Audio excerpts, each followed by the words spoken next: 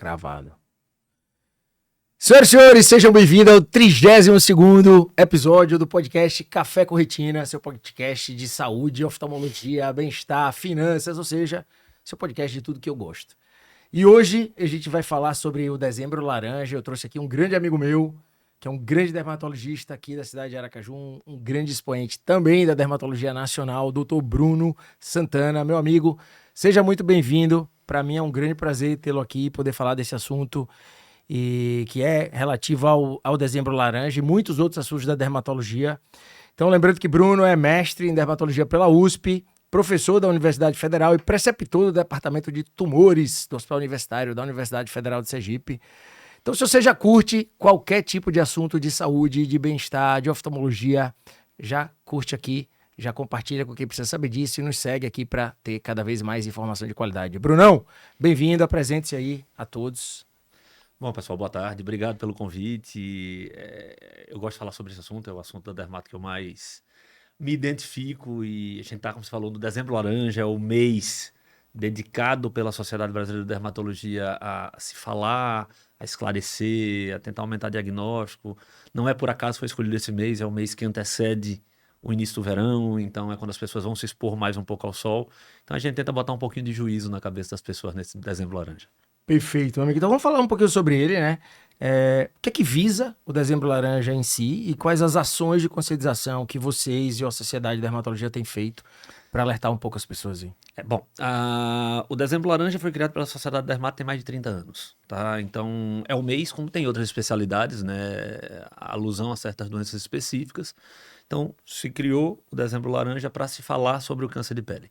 Então, a Sociedade Dermato, ela tem uma campanha de esclarecimento em mídias leigas, em alguns pontos do Brasil, estados maiores colocam banners, outdoors, coisa do tipo assim, e o ponto mais convergente da campanha, se a gente pode chamar assim, foi um atendimento que teve no primeiro sábado do mês, geralmente todo primeiro sábado de dezembro, geralmente tem um atendimento gratuito à população de porta aberta aqui no estado, foi no IPS da Rua de Campos, e com a finalidade de diagnosticar casos de câncer de pele. Esse ano aqui no estado foram atendidos mais ou menos 250 pacientes, com cerca de 20 casos de câncer diagnosticados, e aí a gente encaminha para solução. Mas na verdade, assim, esse atendimento é importante, é legal, mas a ideia é algo maior, tá? A ideia que a sociedade tem é tentar conscientizar as pessoas, divulgar peças de esclarecimento, palestras, que a gente ensine as pessoas a se proteger, a usar o sol com responsabilidade e suspeitar de algumas lesões, abrir os olhos para quando alguma coisa aparece, para procurar atendimento médico. Porque, infelizmente, o câncer de pele no Brasil ele é subnotificado, ele é subdiagnosticado, a gente tem problemas sérios com relação a isso. Perfeito. Bom, e você chegou a citar que dezembro é o mês que antecede o verão e eu já tô a fim de polemizar. Então, é um mito ou é verdade que o verão é pior para a pele? A gente estava polemizando já antes aqui, né? Não, mas ninguém sabe disso, agora eles vão saber. É que, na verdade, assim, se a gente for parar para pensar, a depender da região, pega Brasil, da região do Brasil que você tiver, é sempre você verão. tem estações do ano bem definidas. A gente vem para o Nordeste, que é o nosso caso, Aracaju ou qualquer outro estado do Nordeste, a gente tem uma época do ano mais quente e outra menos quente, tá? E o mais importante com relação ao câncer de pele não é temperatura, é radiação ultravioleta. E a gente, como está muito perto do Equador, a variação de ângulo do eixo da Terra não faz diferença praticamente nenhuma nessa incidência de radiação ultravioleta. A gente só tem duas estações, né? O verão e o inverno. É mais ou menos por aí. Então, assim, a nossa sorte, o que é que diminui um pouco a exposição solar das pessoas no nosso inverno, falando da realidade de Aracaju, de Sergipe, é que nosso inverno é chuvoso e tem mais vento. Então, por exemplo, as pessoas vão menos na praia, vão menos na piscina, porque tá mais, entre aspas, frio, ou seja, menos quente um pouco e tem o risco de chuva. Mas se a gente tirasse a questão da chuva, a gente teria a incidência de radiação ultravioleta estável praticamente o ano todo. Então, o que a gente fala de cuidado que a gente tem que ter com a pele no verão, na verdade, eu poderia mudar esse conceito para cuidado com a pele quando você for se expor. Não importa se é verão, primavera, outono ou inverno. Porque a gente não tem estações tão bem definidas aqui. E, volto a repetir, principalmente a gente não tem mudança na incidência de radiação ultravioleta por causa da nossa proximidade com a linha do Equador. Perfeito. Bom, eu vou te fazer uma pergunta meio que parece óbvia, mas hoje eu fiz uma enquete no meu Stories, né, que perguntava se as pessoas sabiam que o diabetes era capaz de cegar. E 65% respondeu que não. Então eu acho que o óbvio precisa ser dito. Primeira pergunta é: câncer de pele mata? E se sim, quais são os sintomas e sinais que as pessoas têm que ficar antenados e como se prevenir? Bom, com relação a câncer de pele matar, não parece tão óbvio assim, que as pessoas acham que câncer de pele não mata. Exatamente. Tá?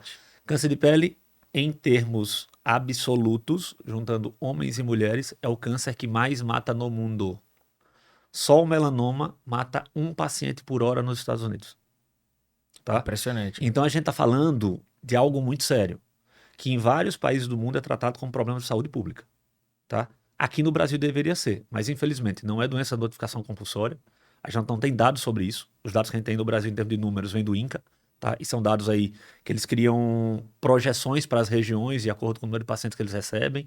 Então são dados estimados. Sim. E você não vê nenhum tipo de projeto ou de nenhuma ação específica de poder público em nenhum dos níveis, tá? Nem municipal, nem estadual, nem federal, para isso. Um dos exemplos que eu uso, bem assim, que parece loucura, mas protetor solar no Brasil é considerado cosmético.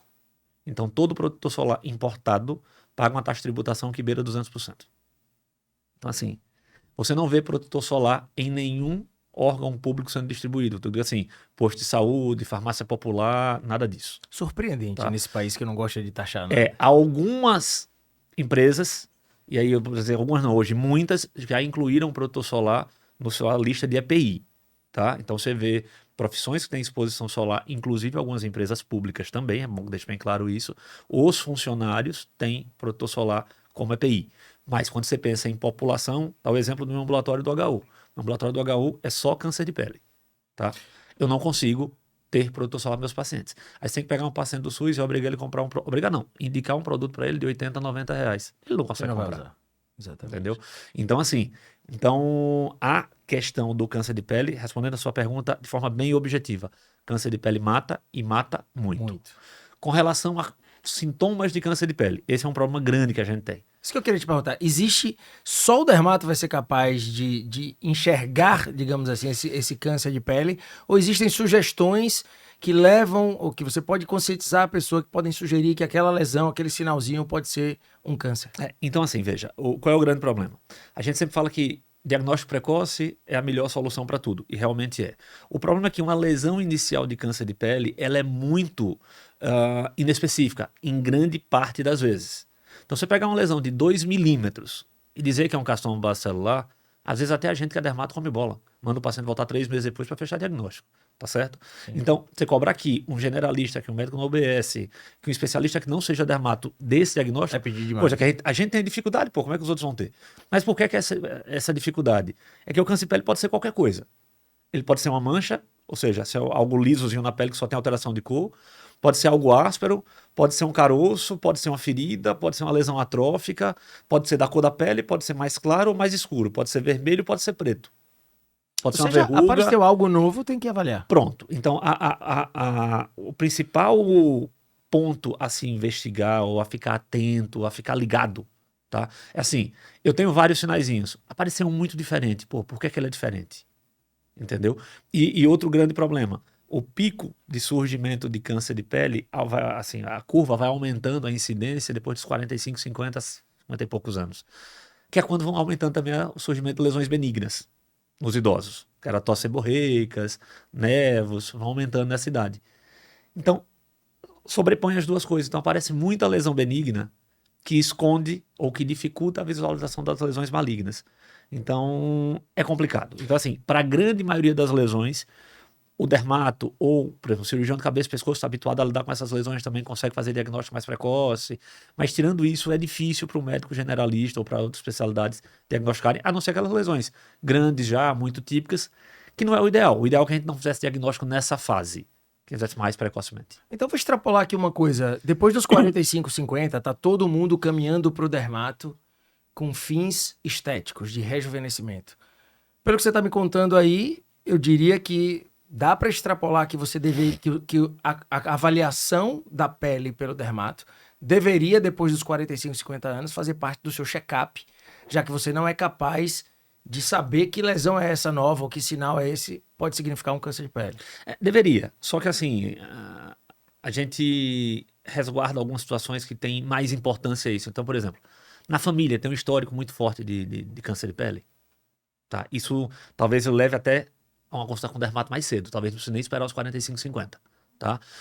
É uma pessoa que vive numa cidade que não tem praia, que não frequenta piscina, que não toma sol, fica em ambiente fechado o dia todo. Ela vai ter um risco menor. Então talvez ela precise um pouco menos disso. Tá? Porém, já que você queria polêmicas, vamos levantar aqui polêmicas. Eu tenho câncer de pele sem sol. Eu tenho câncer de pele em locais do corpo que nunca foram expostos ao sol.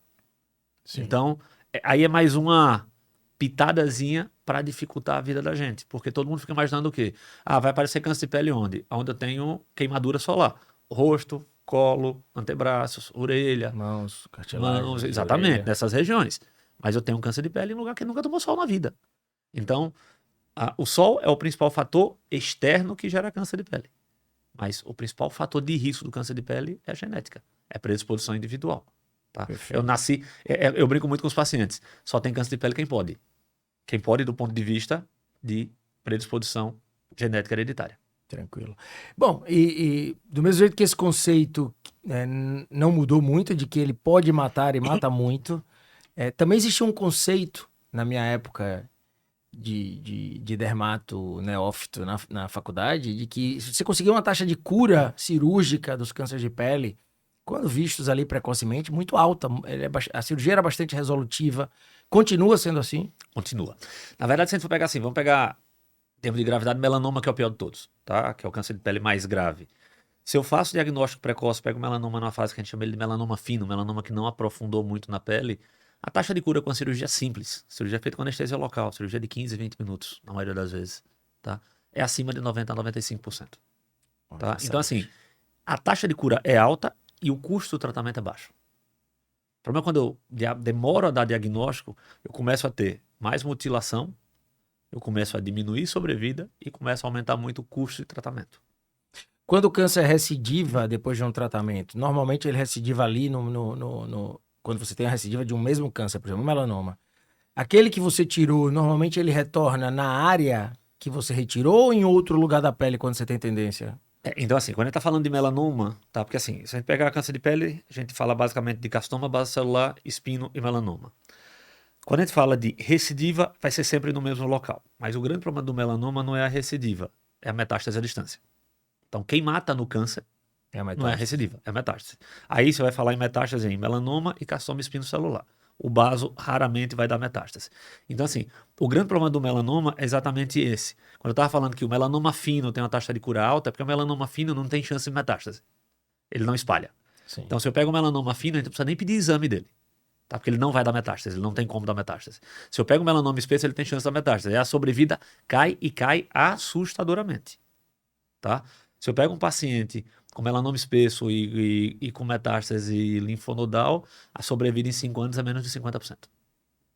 Mesmo com tudo que existe hoje de Mesmo diferente. com tudo que existe hoje. E olhe que hoje já tem muita coisa. Tá? Há uns 10 anos atrás, a gente estava na época do pau e pedra. Tá? Só tinha o interferon gama, não tinha muito o que fazer, não aumentava a sobrevida, não aumentava o tempo de vida, doença, era uma desgraça. Hoje não, hoje tem muito tratamento. O que reforça a necessidade do cara procurar o dermatologista precocemente, né? E fazer essa avaliação quando ele tem uma tendência familiar, porque se você tem uma alta percentual de cura, um alto percentual de cura com a cirurgia e com o diagnóstico precoce, e por outro lado, quando você espera e deixa isso dar metástase, sua sobrevida cai assustadoramente, isso reforça a necessidade da conscientização de procurar rápido, né? E assim, a gente tem 2 grupos assim muito diferentes com relação a câncer de pele. O que a gente vê no setor privado e no setor público. Tá? Então, infelizmente, para a saúde pública, o câncer de pele o paciente da saúde pública é um problema muito sério. Porque até ele sair de um atendimento primário, numa UBS, num posto de saúde, e chegar num atendimento especializado, você passa muito tempo. Se for para um base celular, não vai mudar muita coisa. Um espino, mais ou menos.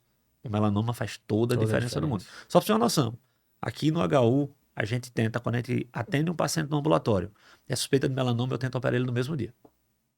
Veja, não é operar rápido, não. Eu tento operar no mesmo dia. Tá? Mas qual é a mensagem do ponto de vista do especialista para quem tem essa história familiar em termos de rotina de avaliação que você quer deixar de mensagem para todos aí? Vamos lá. A gente sabe que câncer de pele para jovem é uma coisa rara, não é comum, beleza. Mas tem uma família que tem um histórico forte para câncer de pele, independente da sua idade, vá pelo menos uma vez no dermatologista. E ele vai orientar cada caso. Porque, por exemplo, se é uma família que tem muito melanoma, mesmo o jovem com menos de 45, menos de 50 anos vai ter que ser acompanhado. Se é um histórico familiar de carcinoma bacelar, mais em pacientes idosos, ele vai precisar continuar o acompanhamento. Mas alguém avaliou o caso dele especificamente, porque tem a individualidade da necessidade, tá? Então, a regra é o seguinte, tem um histórico familiar forte para câncer de pele, dá um pulo no dermato, bate um papo, passa por um exame, avalia o corpo inteiro e o dermato vai dizer, ó, relaxa, tá tudo tranquilo, não Vem tem daqui a nada, X anos, tá? Mas passem. Não tem o histórico familiar possível para câncer de pele. Pelo menos depois dos 45, 50 anos, eu acho que vale a pena uma ida no dermatologista. E fiquem sempre atentos. Apareceu algo na sua pele muito diferente, estranho, que nunca apareceu, vai consultar, tá? Porque não é que só pode aparecer câncer de pele depois dos 45, 50. Pode aparecer antes. Quando a gente fala que não aparece, não é que é zero a chance, é que a chance é menor, tá? Perfeito. Então, eu tenho vários sinaizinhos que eu tenho desde a infância. Esquece esses sinaizinhos, eles não vão dar problema.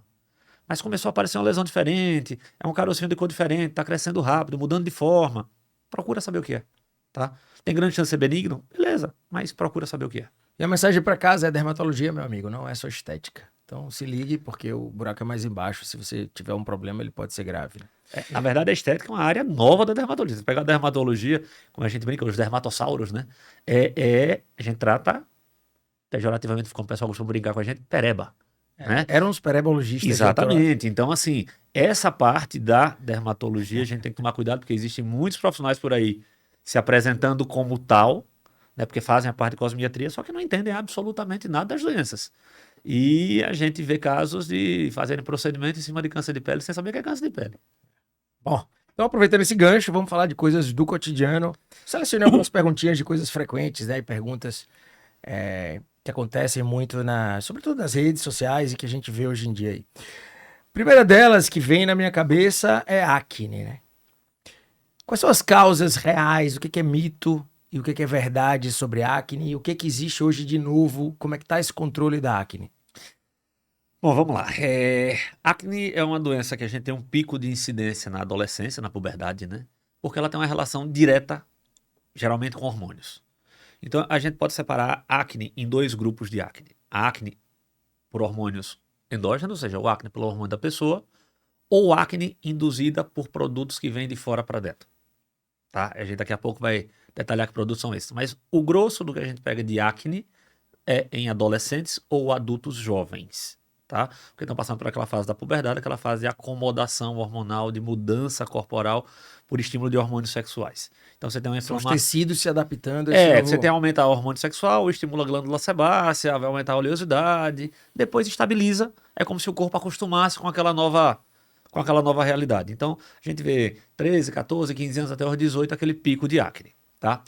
Existe o caso de acne da mulher adulta também, tá? Que algumas pessoas vão dizer assim, poxa, mas eu já sou adulto e tenho acne. Muitas mulheres têm isso. Alguns homens também, mas a maior parte é mulheres. Aí muitas vezes é relacionado, por exemplo, à síndrome de ovário policístico. Pode dar. É alteração hormonal endógena. E existe a acne induzida por droga, tá? Aí entram hormônios, seja anabolizantes ou não. Às vezes a pessoa usa hormônio por uma necessidade de tratamento, não com a finalidade anabolizante. Existe acne induzida por remédio, por exemplo, complexo B, da acne. Corticoide, da acne. Então tem um monte de coisa que dá acne. E existe a acne cosmética também, por exemplo, você usou um protetor solar no rosto muito oleoso, obstruiu poros. O pessoal chama isso de acne, mas na verdade é erupção acneiforme, é algo que parece com acne, mas pro leigo é acne também. Então você tem algumas causas, mas o grosso da acne é hormônio. Ou de dentro para fora, ou aquele hormônio que a pessoa ingeriu ou implantou, porque hoje está na moda os implantes, né? Então dieta é mito? Em 99,99999% das vezes, a acne não tem nada a ver com alimentação, cara. Aquela coisa do chocolate, comida carregada, gordura, alimentação errada. Alimentação errada faz mal para a saúde, beleza, mas para acne, mito. Mito daqueles assim... Eu acho que quem criou isso foi os pais que não queriam dar ovo de chocolate para os guris na época da Páscoa. Era a época que o chocolate era caro. Bom, e o que tem de melhor hoje para tratar a acne? Veja, o tratamento da acne vai depender do grau, tá? Eu não posso pegar uma acne leve e querer tratar igual uma acne mais severa. Então, a acne mais leve vai ter aqueles cuidados habituais, como sempre teve, né? Produtos que controlam a oleosidade, que diminuem a secreção de sebo pela glândula sebácea, que desinflama um pouquinho a pele, sabonete, géisinhos, coisa leve. Até o outro ponto expoente que seria os tratamentos orais para acne mais severa, que ainda continua sendo o padrão ouro, a melhor opção de todas, a isotretinoína, que tem um nome comercial, vou falar aqui que eu não tenho nenhum conflito de interesse com ele, que é o Roacutan. Então, na verdade, todo mundo conhece como Roacutan e não como isotretinoína oral, que é uma droga que ela... Eu costumo brincar que ela foi um divisor de águas, né? Tem acne antes do Roacutan e depois do Roacutan, tá? E porque assim, acne, as pessoas falam, por que é tão importante tratar acne? Né? Acne ninguém morre de espinha.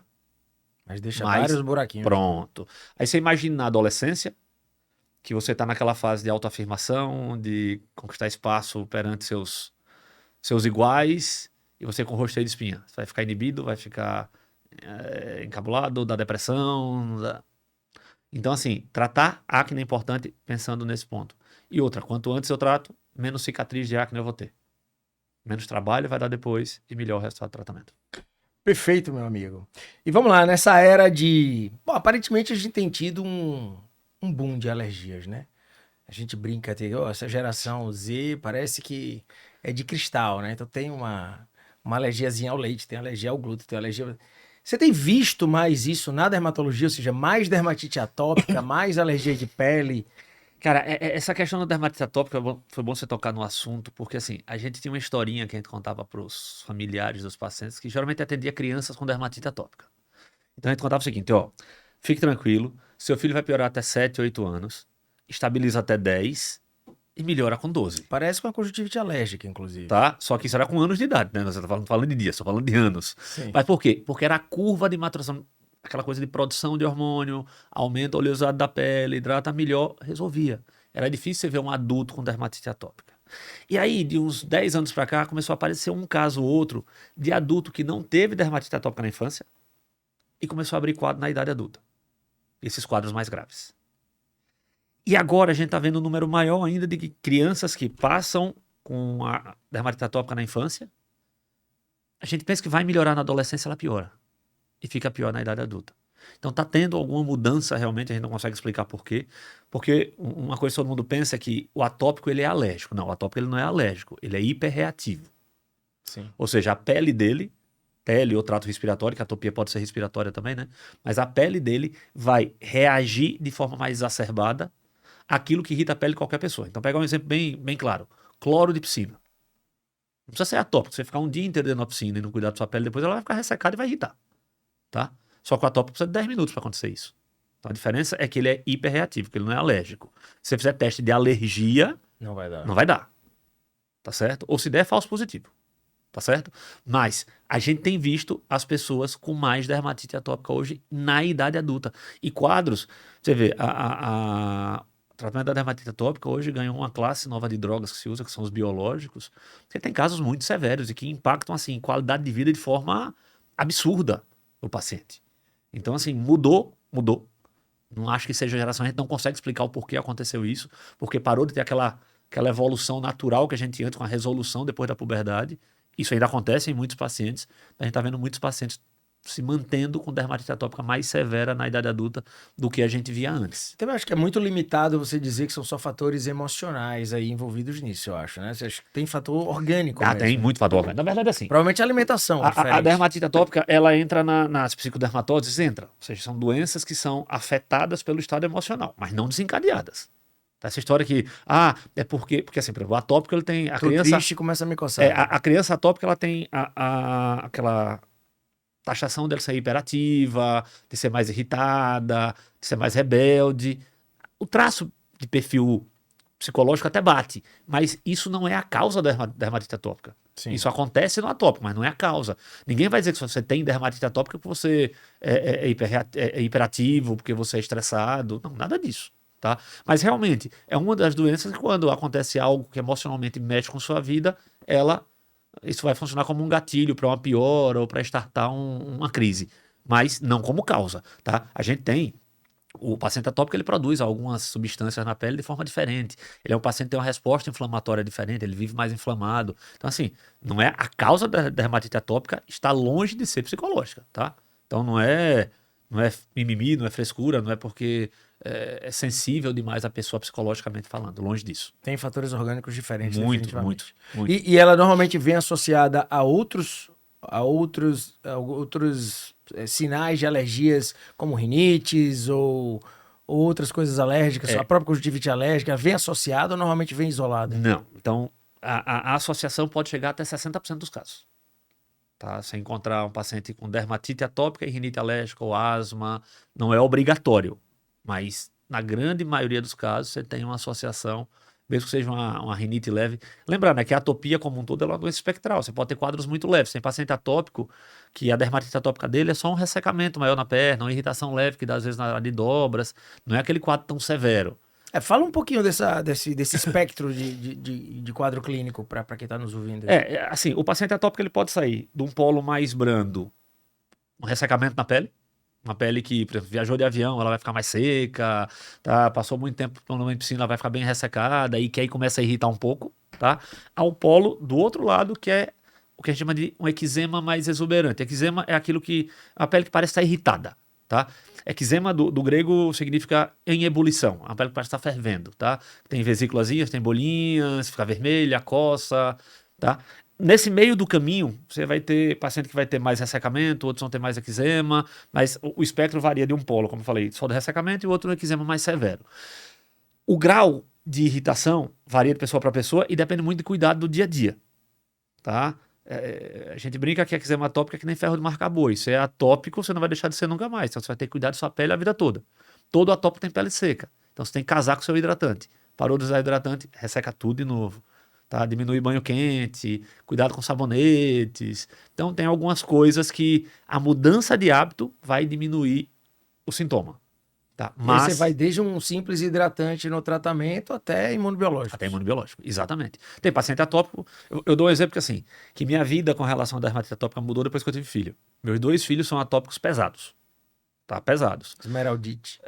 Mas é pesado, assim, João, a gente levou 6 meses para conseguir controlar a primeira crise dele quando nasceu. 6 meses de crise. Tá? Que a dele era mais pesada, a cutânea, ele tem pouca respiratória. Betina já tem mais os 2. O que acontece? Eles não vivem sem hidratante. Não tem como. Mesmo fora de crise, você tem que cuidar. E aí não é um mero hidratante. Por exemplo, claro, não posso comprar hidratante de farmácia que é mais caro. Vou comprar um cosmético. Beleza, mas não é o ideal. O ideal são os hidratantes de farmácia. Tá? Porque não tem perfume. Por exemplo, a Topo não pode estar usando hidratante com perfume, com essência, com fragrância. Né? Então, a capacidade de hidratação dos hidratantes de farmácia, a concentração dos ativos é mais alta. Então, eu entrego mais resultado. Ah, mas, poxa, é caro, é R$100, 100 e poucos reais um hidratante. Só posso comprar o do supermercado, que é 30, 40. Compre o supermercado, é menos pior. Tem que hidratar. Mas, se puder, tem que comprar o hidratante mais, vamos usar um termo popular assim, mais potente, com maior capacidade de hidratação. Perfeito. Meu amigo, cuidados gerais com a pele, né? Eu queria que você abordasse de uma visão mais genérica desse cuidado. Qual é a rotina ideal? Tem gente que fala que a pele oleosa é ruim e aí lava o rosto 200 vezes por dia. Tem gente que acha que não, que a oleosidade protege. Qual é o momento, qual é a rotina ideal de cuidado com a pele? Quando deve começar? Como é que você deve fazer isso? Bom, primeiro, o que nossa pele ela é uma combinação de 2 coisas. Característica genética e ambiente. Tá? Então, se a gente for falar, nosso clima do Nordeste, quente e úmido os 12 meses do ano. Tá? Eu tenho um determinado cuidado. Eu moro em Aracaju há muitos anos, mas estou mudando para Brasília, que eu pego, por exemplo, um período extremamente seco. Muda completamente. Então, qual é o grande problema do tal do skincare, né? Que o termo da moda agora é skincare. Cuidado com a pele seria o skincare. É que as pessoas às vezes copiam influenciadores digitais de outras regiões. Aí diz assim, Bruno, eu uso hidratante no meu rosto. Pô, você tem um rosto extremamente oleoso. Vai passar hidratante em Aracaju? No rosto? Não precisa. Tá? Habitualmente, adultos jovens que moram aqui no Nordeste, do pescoço para cima, não precisa de hidratação. A pele já é extremamente oleosa, é hidratante, já é hidratada por natureza. Eu já economizei R$150 aqui Entendeu? agora nesse podcast. Então, assim, tem essa questão. Então, outra coisa, é racial. Tá? A gente tem uma influência de pele negra muito grande no Nordeste do Brasil. Uma pele um pouco mais oleosa. Então vai ter uma necessidade diferente. Então assim, cuidado com a pele, ele tem que ser individualizado. Mas ele vai passar basicamente por 3 ou talvez 4 produtos, tá? Um bom protetor solar que se adequa ao seu tipo de pele. Esse é universal, né? E outra coisa, protetor solar ele não perde eficácia com o passar do tempo. Encontrou uma marca que você gostou, case com ela e não se separe. Não precisa ficar, vou testar outro. A chance de dar certo os trabalhos mostram isso. Usa um protetor solar que eu gosto. Mas, sei lá, um amigo usa outro, vou experimentar, ouvi uma coisa nova na farmácia, quero experimentar. A chance de você se dar bem com esse outro protetor solar é 20%. Tá? Então, E esse lance dele ser seco ou oleoso vai depender da sua adaptação a... Não, é outra coisa. Por exemplo, antes as pessoas viajavam para a Europa e traziam protetor solar. Porque boa parte das marcas que a gente compra no Brasil vendem fora também. E antes era mais barato comprar lá. Hoje, primeiro, não vale a pena mais financeiramente. E hoje, mesmo as marcas estrangeiras, se vocês prestarem atenção nos produtores solares, vem uma bandeirinha do Brasil às vezes do lado. Em algumas marcas. Eles adaptaram o veículo e a composição para o nosso clima. Tem o mesmo nome que o produtor lá fora, mas a composição, somente a questão sensorial, tátil, é diferente, é menos oleoso para cá. Por quê? Porque a maior parte das peles brasileiras é oleosa. Então, 90% dos produtores solares que vendem para adultos hoje no Brasil tem o tal do efeito mate. É para tirar o brilho, porque a gente tem oleosidade. O clima faz com que fique mais oleoso e a nossa genética também. Tá? Então, cuidado com a pele. Primeiro, protetor solar. Segundo, sabonete. E aí você falou assim, a pessoa tem a pele muito oleosa, lava a pele 10 vezes por dia. Lavou mais que 3 vezes, você já está fazendo rebote de oleosidade no seu rosto. Então tira a oleosidade no início, vai ficar mais oleosa depois. Então 2, 3 vezes é o que você pode lavar o rosto. E mesmo com relação aos sabonetes, hoje você tem sabonetes com tipos diferentes. Alguns que ressecam mais, outros menos. Tem os Synthets que ressecam menos ainda. Então vai depender do grau de oleosidade que você tem. Tá? E o terceiro ponto de cuidado, aí vai depender um pouco de faixa etária, se a gente vai só prevenir ou se vai tratar. Tá? Se eu vou só prevenir, eu posso usar uma vitamina C que funciona bem como antioxidante, num paciente jovem, por exemplo. Vai funcionar bem. Ali num sérum, por exemplo. Um sérum de vitamina C já resolve. Não, mas eu já tenho um pouco mais de idade, aí já entram os tensores aí, alguns produtos para dar um pouco mais de firmeza, aí já entra um derivado do ácido retinóico para estimular um pouquinho a produção de colágeno, não para tirar a flacidez, mas diminui o ritmo do envelhecimento, né? Aí pega um período que chove um pouco mais, a gente já bota um ácidozinho mais forte para dar uma descamada na pele. Então assim, a gente vai variar um pouco conforme idade, necessidade da pele, hábito do paciente. Então, por exemplo, a gente tem hoje várias pessoas que fazem esportes expostos ao sol. Então, a pessoa que anda de kitesurf, por exemplo, ela não vai poder ficar usando aço com clareador. Tá? Mas é só no final de semana, mas a pele vai ficar sensível para o final de semana. Então, você tem que ajustar para esse tipo de necessidade. Eu pego uma pessoa que trabalha exposta ao sol, ela vai usar o mesmo produtor solar que uma pessoa que trabalha em ambiente fechado? Óbvio que não. Tá? Bruno, e aí, essas lâmpadas de ambiente fechado? Precisa de protetor solar por causa delas? Não é por causa delas que a gente passa protetor solar. A gente passa protetor solar quando vai trabalhar por causa de deslocamento. Tá? Dentro do ambiente fechado, mesmo com todas essas lâmpadas aqui no estúdio, por exemplo, não faz sentido protetor Essa solar. luz não afeta nem na questão de câncer de pele, nem na questão de rejuvenescimento. Não afeta. Já teve uma época, mito, né? Teve uma época que se preocupava. Isso, a gente brinca hoje que isso é neurodermatológica. Tá? Esquece. Tá? A gente tem que usar por quê? Você veio trabalhar no seu escritório num lugar fechado, mas você sai na hora do almoço para almoçar. Sim. Tá? Então você vai pegar um pouco de sol. Eu vou ficar em casa hoje, não vou sair. Aí no meio da manhã você lembra que tem que ir no supermercado comprar alguma coisa. Você não lembra de passar protetor solar. Então cria uma rotina de passar protetor solar. Cria uma rotina de fazer seu skincare, independente do dia da semana que seja. Tá? Porque se você sair de casa no meio da manhã e você esquecer de passar o protetor solar, você já passou quando acordou, na verdade. E aí só tem R$100 por mês, zero dúvida, protetor solar. Protetor. Principalmente no jovem, se eu quero que assim, cuidado de pele no jovem é como previdência privada, né? É investimento para o futuro. Faz hoje, não é para colher agora, é para colher amanhã, daqui a 10, 15, 20 anos. Indiscutivelmente, produtor solar... Quanto mais cedo começa, melhor você vai colher. Mais você vai colher depois. Melhor. Beleza, você é um cara do esporte, né? Como eu, adora triatlon e corrida e tá sempre exposto ao sol, né? Eu pego muito caso no consultório de pacientes com essa queixa de que passam determinados protetores solares e sente uma ardência nos olhos importante e tal. Nesse aspecto, existe um protetor solar mais adequado e aprovado dermatologicamente que você não tenha menos esse tipo de sintoma ou simplesmente você contraindica, bota um boné e não passa na testa? Bom, vamos lá. Se a gente for acreditar em tudo que está em rótulo de produto, todos são e oftalmologicamente testados. Todos. Em 100% dos produtos vai ter isso. Só não em você. O que acontece é que, na verdade, a sensibilidade é individual. Tá? Exato. Então, as marcas são boas? São. Os produtos são bons? São. Eles foram testados? Foram. Tá? Mas em um percentual pequeno da população vai dar irritação, vai arder o olho. Então, o que é que a gente aconselha? Você vai experimentar. Ardeu. Primeira coisa que você pode fazer, bota um boné para correr e usa ele só da região malar para baixo, os 2 terços inferiores da face. Tá? O chato disso ainda é que às vezes sem querer você pode passar a mão no rosto, levar a mão ao olho. Normalmente é o que eu indico para os meus pacientes. Tá? Né? Esse é um caminho. Não passar na testa. Segundo caminho, existem protetores que eles vão escorrer menos na sua pele. Tá? Então assim, se eu pego um protetor solar que a gente usa no dia a dia para trabalhar, por exemplo, que é seco, comecei a transpirar, ele já escorre tudinho. Tá? Mas se eu pego um protetor solar, tá na moda hoje o pessoal que corre, aqueles protetores solares em bastão, tá? Eles não escorrem. Se você passar um tempo antes de sair de casa, dá uns 5 minutinhos para ele aderir bem na pele. Antes de suar, né? Antes de suar, você vai correr e ele não vai escorrer no seu olho.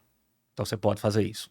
É o que eu tenho usado. Outra coisa, não tenho esse protetor solar em casa, mas eu tenho criança pequena em casa, tenho um filtro solar infantil. O filtro solar infantil, ele geralmente gruda bem na pele e demora a sair. Tá? Então é outra possibilidade, que ele é só filtro físico. Tem menos chance de irritar seu olho.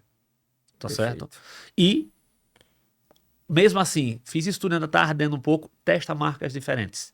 Que às vezes vai encontrar algum que não irrite. E aí é tentativa e erro. Não tem a melhor marca ou a pior marca. Dos que a gente tem no mercado hoje, como falei, aqueles em bastão, e aí independente da marca, são os melhores para quem tem esse problema. Beleza. Mas eles mudam um pouco em relação à durabilidade na pele também, né? É que assim, durante a atividade física você não vai reaplicar protetor, né? Esse é o grande problema.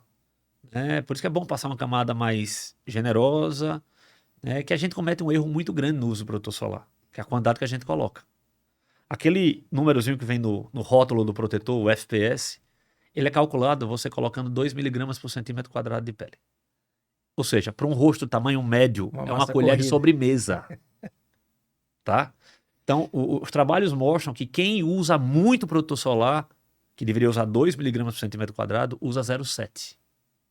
Então, menos da metade. Teria que sair com reboco na cara mesmo. Então, por exemplo, se você pegar um protetor solar tamanho normal, passar no corpo, se você passar do jeito certo, só dá para 3 aplicações.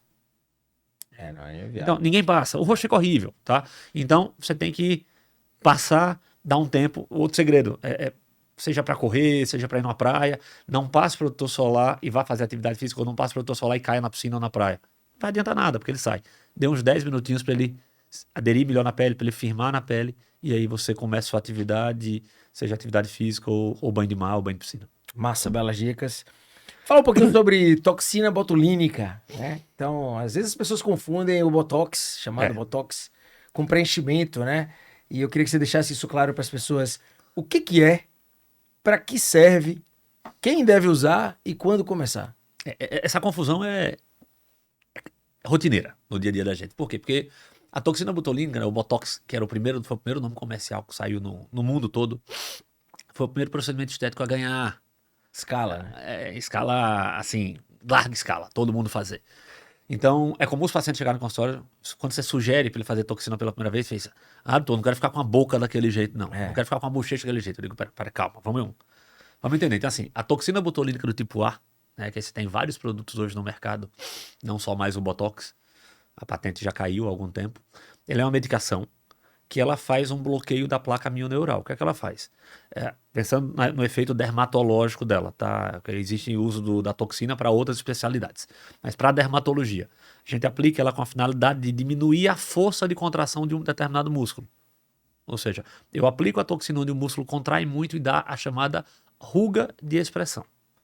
Então, primeira coisa, Botox não trata todas as rugas. Toxina botulínica é para um tipo de ruga específica, que é a ruga de expressão. E essa ruga é aquela que forma quando o músculo contrai. Então, quando você sorri, quando você levanta a sobrancelha, quando franze a testa, porque está com cara de preocupado. E qual é o grande X da questão? É que esse tipo de ruga só é tratado pela toxina botulínica. Não adianta você fazer uso do seu skincare adequado, não adianta você fazer um laser, não adianta você fazer uma cirurgia plástica, não adianta você fazer um peeling. Nada. É uma memória tecidual aquela contração, né? Na verdade, assim, exatamente, ele dobra no mesmo lugar. Só que com o tempo, se eu não trato esse músculo, se eu não vou tirando a força dele, ele vai deixando um vinco definitivo na pele. Chamada ruga estática. Ruga estática. Então ele sai de uma ruga de expressão para uma ruga fixa, tá? Por isso que a gente explica que, claro, tudo vai depender de necessidade, mas Botox geralmente se começa jovem. Né? Às vezes chegam algumas vozinhas lá no consultório que nunca fizeram nada, assim, quero fazer um Botox. Aí você tem que ter jeito para dizer assim, ó, o trem já passou. Seu caso é transplante de pele já. Não, assim, quer melhorar? Vamos, sei lá, faz um lift facial, faz um CO2, faz alguma coisa para tirar as rugas fixas, depois a gente complementa com a toxina. Entendeu? Então, não tenham medo. Desde que vocês tenham indicação, tem ruga de expressão que incomodem, podem fazer Botox cedo, podem fazer toxina cedo. Tá? Toxina, na verdade, foi feita para jovem e não para pele demasiadamente madura. Mas isso depende de pessoa para pessoa. Tem pessoas que não têm expressão facial nenhuma. Tá? Você não vai ter ruga de expressão nunca. Tem outras pessoas que conversam com a testa, com os olhos. Já. Essas daí, cedo, vão ter ruga de expressão. Então, eu costumo brincar que nessa situação a gente não trata nem carteira de identidade, nem certidão de nascimento de ninguém. Trata necessidade. Tá? Então, passa numa avaliação com um profissional criterioso, tá? Bem preparado. A aplicação de toxina não é algo padronizado, não é receita de bolo que todo mundo faz igual. Então, vocês podem ver alguns casos que vocês dizem assim, poxa, ficou paralisado demais, eu não quero assim. Tem como não ficar paralisado demais, então não tenham medo da toxina botulínica. Mas talvez o recado aqui seja Botox não é para quando você já está completamente enrugado, entupido de ruga estática, esse ele já não vai mais funcionar. Botox é sim prevenção dessas rugas, ou seja, quanto mais cedo você começa, menos Melhor chance de resultado. você fazer. E assim, agora que a gente já usa há muito tempo, a gente usa toxina botulínica com finalidade estética há mais ou menos 28, 30 anos quase. Tá? Então, tá se vendo que os pacientes que fazem a toxina botulínica com regularidade, a longo prazo, perdem menos colágeno naquela área que está sendo feito botox, porque você tem menos movimento na área, então você tem menos destruição de tecido de sustentação. Então, a gente nunca tinha pensado nisso, mas os trabalhos têm mostrado que pacientes que fazem toxina a longo prazo têm esse ganho na questão do colágeno também. E o tempo de reaplicação, obviamente, é individualizado, vai variar de cada O um. ideal entre 4 ou 5 meses, mas podendo chegar a 6. Tá? Não pensem que vai durar muito mais tempo que Ou isso. seja, o fato de você precisar a cada 6 meses, não quer dizer que foi ruim a colocação do Não, Botox, né? veja. Não depende necessariamente de como foi aplicado. Depende de duas situações. Primeiro, depende de dose, sim. Se eu coloco muito pouca toxina, vai ter resultado no início e perde rápido, mas depende do metabolismo da pessoa. Tem pacientes, inclusive, que em áreas diferentes do rosto a toxina dura tempo diferente. Eu tenho um paciente que, por exemplo, na região dos olhos dura menos tempo do que na testa. Então, a pessoa às vezes faz 2 aplicações nos olhos para fazer uma na testa. Tá? Então, isso pode acontecer. Então, não é culpa necessariamente do profissional. Mas hoje você tem que estar atento à dose que é colocada e sem conflito de interesse nenhum, que eu não vou falar quais são as marcas melhores ou piores, mas tem variação para marcas também. Perfeito. Meu amigo, falar para encerrar um assuntozinho que eu sei que você gosta, ou pelo menos já gostou, né? Fala sobre um pouco de laser em dermatologia, né? Pele e pelos, né? Para que servem esses lasers? O que existe? O que a gente tem hoje disponível? O que na sua opinião, de verdade funciona? O que é balela? Eu queria ouvir um pouco sua opinião sobre laser em pele. Bom, vamos lá. Laser veio para mudar a dermatologia. Tinha várias dermatoses inestéticas, vamos botar assim, que afetavam as pessoas e a gente não tinha como tratar. Tá? Com o advento dos lasers, eu consigo entregar energia, consigo entregar tratamento na profundidade que eu quero na pele, na dose que eu quero, com um controle muito preciso. Tá? Então é fantástico. A gente tem alguns problemas. Primeiro, laser não é mágico.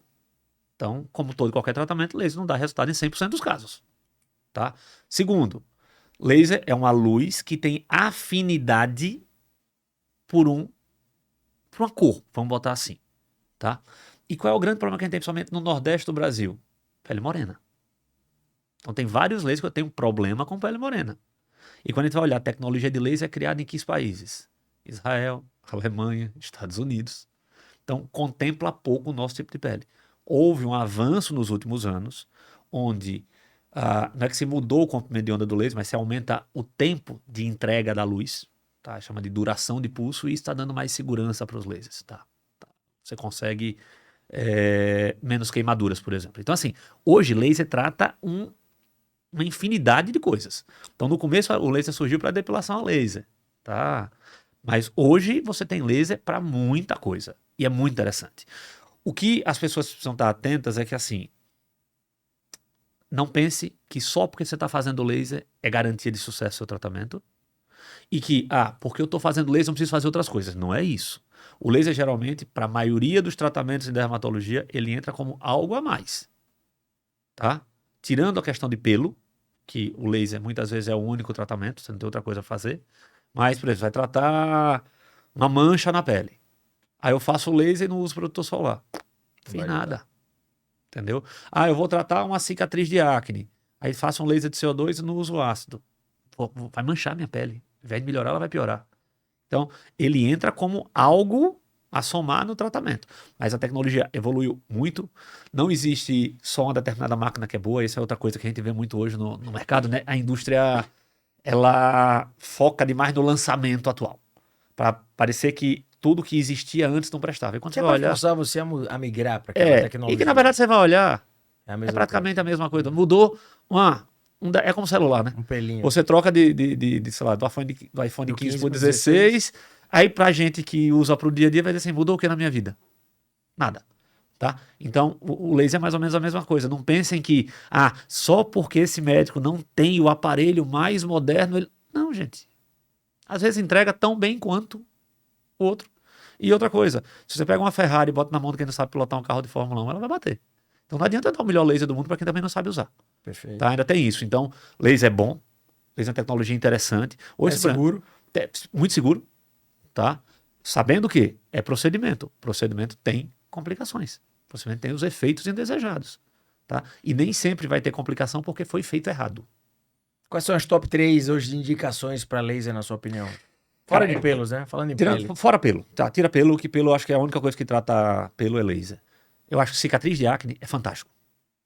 Tá, eu acho que pra mim, assim, você muda a vida de uma pessoa com cicatriz de acne. Flacidez. Aí você, quando eu digo laser, que entra algumas outras tecnologias também, principalmente para quem tem medo de injetáveis, de agulha, né? Tem algumas pessoas que têm medo dos bioestimuladores injetáveis. Então, é um tratamento interessante, que entrega um resultado bom. E nas desordens pigmentares, por exemplo, tatuagens. Melasma. Cara, melasma... Melasma é a dor do... Então assim, veja, melasma, eu acho que houve um apelo muito grande da indústria com relação aos lasers. Houve uma evolução, sim, em laser para melasma, mas, na minha opinião, laser para melasma é fim, não é começo de tratamento. Porque, assim, melasma é uma doença crônica, você não vai curar o paciente. Então, eu vou precisar fazer alguma coisa para ele que ele tenha que se manter no tratamento por muito tempo. O primeiro tratamento é cosmético para o melasma. Tratamento domiciliar. Os produtos para casa. Mesmo que eu precise de outros tratamentos com procedimentos, o de casa tem que ser mantido. Ele nunca vai ser substituído. Tá? Então, assim, eu não concordo com laser como primeira opção de tratamento para melasma. Peguei você, tá com melasma, virgem de tratamento. Vou fazer logo laser? Eu não faço. Não é minha conduta. Tá? A gente testa outras coisas, porque você pode responder muito bem uma fórmulazinha para casa. Tá? Não respondeu? Eu costumo dizer ao paciente que assim, tratamento de melasma é uma escadinha. E eu quero que você vá subindo degrau por degrau. Ninguém começa a subir uma escada pelo último degrau. E é para sempre, né? Tem que ter essa consciência. Esse é o problema. Aí você vai ficar fazendo laser todo ano. Para melasma.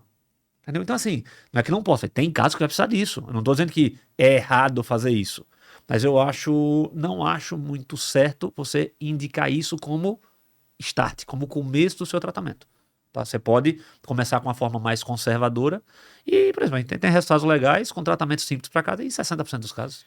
Ainda sobre melasma e mitos e verdades, tem um mito que não adianta só proteger o rosto ou a região do melasma. A simples ativação da melanina pela radiação ultravioleta em qualquer parte do corpo estimularia esse seu melasma. Mito ou verdade? Mito. A proteção tem que ser local. O que talvez existe, que as pessoas podem confundir um pouco essa informação, é assim. A gente não trata só a mancha do melasma, tá? Pegando melasma facial, que é a área mais comum de tratar, porque existe melasma extrafacial. Tem melasma no colo, melasma nos membros, mas 99,99% dos casos que procuram a gente são melasmas faciais. Então, assim, eu tenho uma mancha só na região malar, parecendo uma asazinha de borboleta. Vou passar o clareador e o protetor só nessa área. Não, eu tenho que passar no rosto todo. Tá? Por duas razões. Primeiro, porque a textura da pele tem que ficar homogênea. E segundo, porque é uma tendência natural que o melasma apareça em outras áreas. Então, eu vou prevenir que ele apareça ou tratar ele já numa fase... Toda área suscetível. Toda área suscetível. Rosto, como um todo. Tá? Mas assim, protegi bem meu rosto, mas tomei sol no braço e piorou o melasma? Não. Por que as pessoas relatam isso? É que o protetor solar não protege contra o mormaço. E o melasma piora com o mormaço. Tá? Então, você passou o protozoal do jeito certo, aquele jeito que eu falei antes, 2 miligramas por centímetro quadrado. Ficou uma massa corrida no seu rosto. A radiação ultravioleta não passa quase nada. Entrou no seu carro, está parado no sol, está quente, seu melasma vai piorar. Mesmo você protegido. Então é por isso que a pessoa diz assim, eu tomei sol no braço, que aí meu braço piorou, o melasma. Não foi isso, porque estava no calor. Aí lembra aquilo que a gente estava falando de radiação ultravioleta para câncer de pele e que o calor não faz mal? A gente estava conversando antes aqui em off. O calor faz mal para o melasma. Tá? Então, num ambiente quente e abafado, o melasma vai piorar no calor. Então, talvez seja isso que a pessoa diz assim, tomei sol no braço, piorei o rosto. É porque o mormaço passa pelo protetor solar, ele não é bloqueado. O calor queima a pele, mas não faz mal para o câncer de pele, ou seja, não predispõe mais ao câncer de pele, para o melasma... Faz. Ativa. E não é só isso. Né? Por exemplo, eu vou fazer um procedimento, um tratamento para melasma. Fazer um peeling ou um laser. Irritou demais a pele, o melasma vai piorar depois, porque faz hipercromia pós-inflamatória. Então, eu brinco que melasma é uma pele que a gente tem que tratar como se fosse um biscuit. Você tem que pegar nela, tem que tratar, mas tem que ir com calma para não quebrar. Tá? Então, a pele com melasma, você não pode fazer coisas agressivas demais. Brunão, eu achei a entrevista sensacional, porque ela desmistifica essa coisa da dermatologia como o cara que só quer saber da parte cosmética, da cosmetria, né? E traz de volta para as pessoas a importância do cuidado real com a pele. Não que a estética, o rejuvenescimento não seja importante, eu acho que é um gosto pessoal, mas é importante trazer sempre as doenças de volta para o conhecimento das pessoas, para o ouvido das pessoas, saberem o que existe, o que tem para ser feito para tratar, e que o perebologista de qualidade ainda continua sendo fundamental nas doenças que acometem a nossa população. Então, eu gostaria de dizer para você que muito obrigado pela sua presença. Foi massa a entrevista. Se você curtiu, lembre de compartilhar, porque tem informações muito importantes para todas as pessoas que vivem, sobretudo no nosso país, que é um país inundado de verão, de calor, de nordeste, de radiação ultravioleta. Então, é importante todas essas informações. Então, já curte, compartilha, ativa sininho, e comenta aqui sua opinião sobre a entrevista, sobre o que vocês acharam, sobre qual é a sua rotina de cuidado com sua pele. Se você tem esse cuidado de, depois dos 40 anos, fazer o seu check-up de pele inteira com um dermatologista para fins de prevenção. E eu deixo aqui esse canal aberto para você deixar um último recado que você queira, ao mesmo tempo que te agradeço novamente a presença. Então, assim, só deixando bem claro para vocês que, assim, eu concordo com o que o Bruno estava falando do que diz respeito a... É importante cuidar da estética. Principalmente quando você cuida para você melhorar para você mesmo e não para os outros. Tá? Isso é uma coisa importante. Mas lembrem que a pele é o maior órgão do corpo humano. Cuidem bem dele, porque ele que defende a gente de tudo que vem de fora para dentro, tudo que vai agredir a gente. Então, tenham um pouquinho mais cuidado com ele, abusem menos, desgastem menos. Imagine que é como se fosse um pneu de um carro. Tá? Se você desgasta mais o pneu do carro, você tem que trocar ele mais rápido. Só que a pele você não troca. Então, consulta um dermatologista, tá? Use e não abuse dessa sua pele. E lembrem, dermato não faz só estética. Dermato trata da saúde, dermatologista é o médico que sabe cuidar de sua pele, e não só da pele, de cabelo e de unhas, né? A gente acabou não falando sobre isso, mas assim, unha e cabelo são nexos da pele, então a gente tem cabelo e unha também na dermatologia. Show de bola, esse foi o 32º episódio do Café com Retina. Espero que vocês tenham gostado e nos segue aqui para mais. Até a próxima.